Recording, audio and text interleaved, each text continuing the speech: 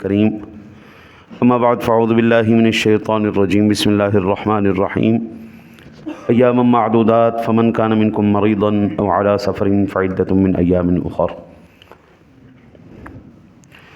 گنتی کے دن ہیں تم میں جو کوئی بیمار یا سفر میں ہو تو اتنے روزے اور دنوں میں۔ وعلی الذین یطیقونہ فدیۃ طعام مسکین، اور جنہیں اس کی طاقت نہ ہو وہ بدلہ دیں ایک مسکین کا کھانا۔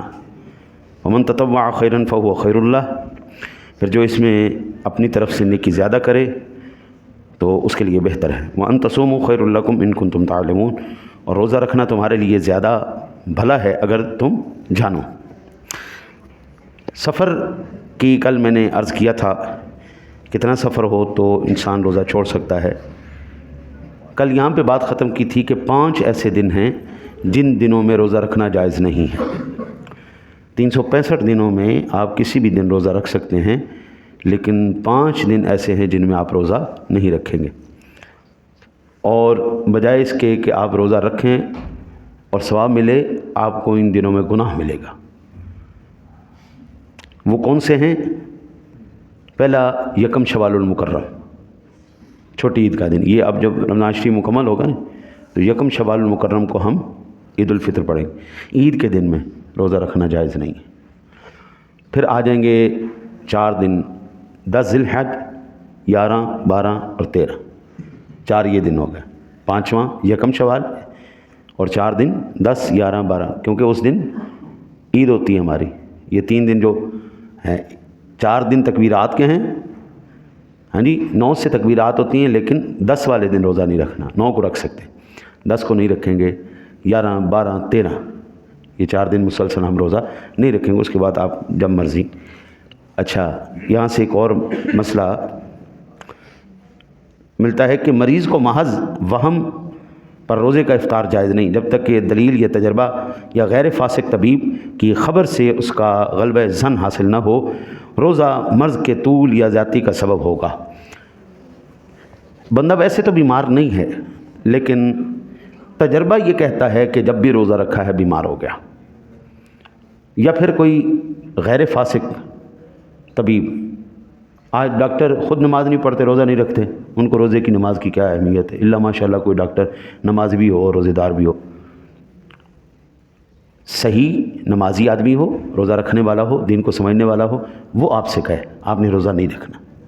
آپ روزہ رکھیں گے بیمار ہو جائیں گے، آپ کے لیے تکلیف دے، پھر آپ چھوڑ سکتے ہیں۔ جب تک وہ مرض موجود ہے آپ روزہ نہ رکھیں، مرض جاتا رہے آپ روزہ رکھ سکتے ہیں، اس کی قضا کر سکتے ہیں۔ جو بالفعل بیمار نہ ہو لیکن ایسا مسلمان طبیب یہ کہے کہ وہ روزہ رکھنے سے بیمار ہو جائے گا تو وہ بھی مریض کے حکم میں ہے، جیسا کہ میں نے عرض۔ اچھا، ایک اور مسئلہ کہ خواتین، حاملہ خواتین، ان کے لیے بعض مرتبہ تو جو اللہ تعالیٰ نے جن کو قوت اور طاقت عطا فرمائی ہے وہ دوران حمل بھی روزہ رکھیں تو ان کو مسئلہ نہیں ہوتا، لیکن اس حالت میں خواتین کو بھوک بھی زیادہ لگتی ہے، کمزوری بھی زیادہ ہوتی ہے، تو اگر وہ نہ رکھ سکے تو پھر وہ دیگر دنوں میں جو ہے اس کی قضا کرے۔ دودھ پلانے والی خاتون ہے، بچہ چھوٹا ہے، اب وہ اس میں بھی 2 قسمیں۔ ایک ایسی خواتین ہیں جو سارا دن دودھ پلا دیں افطاری تک تو ان کو کوئی فرق نہیں پڑتا، لیکن ایسی ہیں جب وہ خود کچھ کھائیں پئیں نہ تو ان کو دودھ ہی نہیں آتا، تو نہیں آئے گا تو بچہ جو ہے نا اس کی جان کا خطرہ ہے، لہٰذا پھر اسلام کہتا نہیں ایسا نہ کرو، آپ اور دنوں میں قضا دیں۔ یہ ماہ رمضان مبارک میں جن خواتین نے دودھ پلانا ہے وہ روزے نہ رکھیں، وہ آگے جب دن رمضان شریف کے بعد جب بچے ان کے ٹھیک ہو جائیں، بالخصوص سردیوں کے دن آ جاتے ہیں، دن چھوٹے ہوتے ہیں، اس میں بندہ روزہ رکھ قضا ہی کرنی ہے نا، ضروری تو نہیں گرمی میں کریں، جون جولائی کے اندر کریں، آپ نومبر دسمبر میں کر سکتے ہیں، ٹھنڈا موسم ہوتا ہے، چھوٹے دن ہوتے ہیں، تو ان میں مقصد تو اللہ اور اس کے رسول کا حق ادا کرنا ہے، تو آپ وہ آگے بھی ادا کر سکتے ہیں۔ اچھا جی، جس مسافر نے طلوع فجر سے قبل سفر شروع کیا اس کے لیے روزے کا افطار جائز نہیں۔ سحری کے ٹائم یا رات کو 2-3 بجے کوئی بندہ سفر پہ نکلا ہے تو ایسے بندے کے لیے یہ جائز نہیں ہے کہ وہ بندہ روزہ افطار کرے، یعنی روزہ نہ رکھے، ایسا نہیں، وقت ہے، سحری ہے، کھائے پیے اور پھر آگے سفر شروع کرے۔ اچھا جی، جس نے طلوع فجر کے بعد جس نے اس وقت میں کیا، سحری کے وقت میں سفر شروع کیا، وہ روزہ چھوڑ سکتا ہے، لیکن جس نے فجر کے بعد سفر شروع کیا اس کے لیے جائز نہیں ہے، یعنی اس نے جان بوجھ کے روزہ چھوڑا۔ سحری کا وقت ہے، سفر شروع کرنے لگا ہے، تو یہ طلوع فجر سے پہلے ہے، تو اب یہ روزہ نہ رکھے، کوئی حرج نہیں، لیکن وہ جاتا ہے 6 بجے 7 بجے، سحری کا وقت تو نکل چکا ہے، ٹھیک ہے جی، تو ایسی صورت میں جائز نہیں، افطار جائز نہیں۔ اچھا جی، پھر آگے، جس بوڑھے مرد یا عورت کو پیرانہ سالی کے ذوف روزہ رکھنے کی قدرت نہ رہے، آئندہ قوت حاصل ہونے کی امید نہ ہو، اس کو شیخ فانی کہتے ہیں۔ بزرگی کی بعض کیفیات ہیں، بعض مرتبہ 60 سال کے بعد 70 سال کے بعد بندے کے اندر اتنی قوت نہیں رہتی کہ روزہ رکھے، یہ بڑے شاذ و نادر کیس میں ہوتا ہے، ورنہ اکثر ماشاءاللہ 60-70 سال کی عمر میں بھی شاید زبردست قوت کے مالک ہوتے ہیں، تو ایسے بزرگ روزہ رکھیں۔ 90 سال ہو گئی عمر، 100 سال عمر ہو گئی، یا پھر 60-70 سال ہی ہے لیکن ذوف اتنا ہے، کمزوری اتنی ہے کہ اس بندے سے برداشت ہی نہیں ہوتا، وہ رکھ ہی نہیں سکتا، طاقت ہی نہیں، تو ایسے آدمی کے لیے جائز ہے کہ وہ روزہ نہ رکھے، ہر روزے کے بدلے نصف سا وہ اپنا فدیہ ادا کرے۔ نصف سا کتنا ہوتا ہے جی؟ گیہوں یا آٹا، آدھا سا 2 کلو میں 80 گرام کم۔ اگر میں آپ کو سادہ لفظ میں کہوں تو تقریباً اس مرتبہ 320 روپے کے قریب فطرانہ بنے گا۔ اتنے روپے 320 روپے کم از کم وہ فی روزہ یا تو پیسے دے دے پہلی وجہ، یا پھر وہ کھانا دے دے، کسی کو افطاری سحری کروا دے، یا پھر وہ راشن دے دے، جس طرح یہ نصف سا ہے یہ راشن دے دے، یہ 3 اس کی صورتحال ہو سکتی۔ ایسے بندے کو کہتے ہیں شیخ فانی۔ شیخ فانی کہتے ہیں ایسا بڑھاپا جس بڑھاپے کے بعد صحت کی امید نہ ہو۔ 90 سال کے بعد اب جوانی تو نہیں آئے گی نا، 80 سال کے بعد جوانی تو نہیں آنے والی، بڑھاپا، کمزوری، ذوف آنا ہے، لیکن یہ نہیں ہے کہ وہ ہر کوئی ایسا ہو جائے گا، یہ بہانہ نہ بنائے، کوئی قوت رکھے، طاقت رکھے۔ کیونکہ میں نے کل بھی یہ عرض کیا تھا، میں آج پھر آپ کو عرض کر دیتا ہوں کہ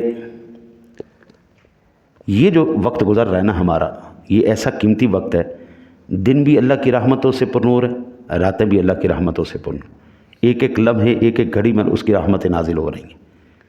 ہر ایک مسلمان اپنے جذبہ ایمانی سے سرشار ہے، عبادت کی طرف بندے کی توجہ ہے، نیکی کی طرف توجہ ہے، شرارتی لوگ اپنے آپ کو بٹھائے ہوئے ہیں، ہاں جی، ہر طرف آپ کو جو ہے عبادت کا نور نظر آ رہا ہے، تو ان گھڑیوں کے اندر جو روزہ رکھتا ہے، ہاں جی، تو اس کی تو پھر کیا ہی بات ہے۔ تو اگر ان گھڑیوں کے اندر کوئی محروم رہ جاتا ہے تو پھر حضرت ایمان سے بتائیں، اب چاہے وہ سارا سال روزہ رکھتا رہے، اس کا تو نہیں وہ فدیہ ہو سکتا نا۔ اچھا جی، ایک اور مسئلہ آ گیا، یہ تو ہو گیا ان بزرگوں کے لیے جن بزرگوں نے، جن کے پاس طاقت ہے، پیسہ ہے، جو کھانا کھلا سکتے ہیں۔ ایسے بھی ہوتے ہیں جن کے پاس کچھ بھی نہیں ہوتا، ٹوٹل فقیر پروگرام، بیچارے اپنی روٹی بڑی مشکل سے پورا کرتے ہیں، وہ کسی کو کیا دے۔ اسلام کہتا ہے کوئی بات نہیں، اسلام مجبور نہیں کرتا کہ تو قرضہ اٹھا، تو مجبور ہو، اسلام کہتا ہے ٹھیک ہے، تو پھر استغفار کر لے، اللہ سے معافی مانگ، اللہ سے بخشش مانگ، اللہ سے توفیق مانگ، یا اللہ تجھے پتہ ہے میں بوڑھا بھی ہوں، بیمار بھی ہوں، پیسہ بھی پاس نہیں، فقیر آدمی ہوں، اپنی روٹی مشکل سے چلتی ہے، میں صدقہ کیا دوں۔ وہ ایک صحابی رسول کا نام مجھے یاد ہے لیکن میں نام نہیں لیتا احتراماً، عرض کی یا رسول اللہ صلی اللہ علیہ وسلم روزہ توڑ بیٹھا ہوں، فرمایا کفارہ ادا کرو۔ عرض کرنے لگے یا رسول اللہ غریب آدمی، فقیر آدمی، میں کہاں سے کفارہ ادا کروں؟ اچھا، حضور نے فرمایا کفارہ نہیں دے سکتے تو روزے رکھو، 60 روزے رکھو۔ عرض کی یا رسول اللہ ایک رکھ کے توڑ دیا، 60 کیسے رکھے جائیں گے؟ جو ایک رکھا تھا وہی توڑ بیٹھا ہوں، تو 60 کیسے رکھوں؟ اچھا، تم روزے بھی نہیں رکھ سکتے اور فدیہ بھی نہیں دے سکتے، کفارہ بھی نہیں دے سکتے، چلو بیٹھ جاؤ۔ بیٹھ گئے جی۔ اب حضور نبی اکرم صلی اللہ علیہ وسلم منتظر تھے کہ کوئی ہدیہ آئے۔ حضور نبی اکرم صلی اللہ علیہ وسلم کی بارگاہ میں ہدیہ آیا کھجوروں کا۔ آپ نے فرمایا اچھا چل یہ کھجوریں پکڑ، چل تقسیم کر دیں، تیرا کفارہ ادا ہوگا۔ یا رسول اللہ یہ 2 وادیاں جو ہیں نا، ان کے درمیان مجھ سے زیادہ غریب ہے ہی کوئی نہیں، مجھ سے زیادہ غریب ہی کوئی نہیں۔ یا رسول اللہ اگر اتنی پاور ہوتی، قوت ہوتی تو سرکار میں فدیہ نہ دے دیتا، کفارہ نہ دے دیتا۔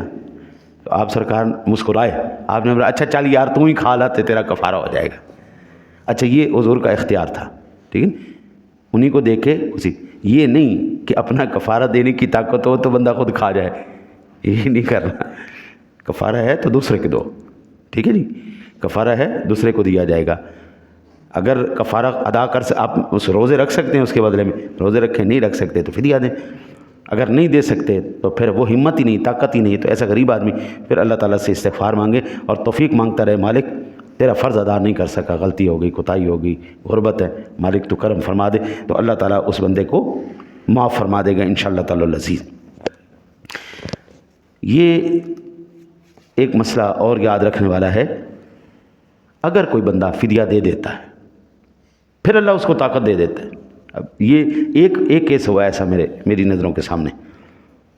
ہمارے گاؤں میں ایک ساتھی ہیں، ان کے شوگر کی وجہ سے اور دیگر کچھ امراض کی وجہ سے ان کا اتنا زیادہ لاغر، اتنی کمزوری ہو گئی کہ جیب تک ہاتھ لے جاتے ہوئے بھی نہیں، ان کو کافی لمحہ بالکل ایسے بالکل نہ بڑی نہ اس کی نکاہت کا عالم یہ ہو گیا تھا کہ یہ بندہ بس آج گیا کہ کل گیا۔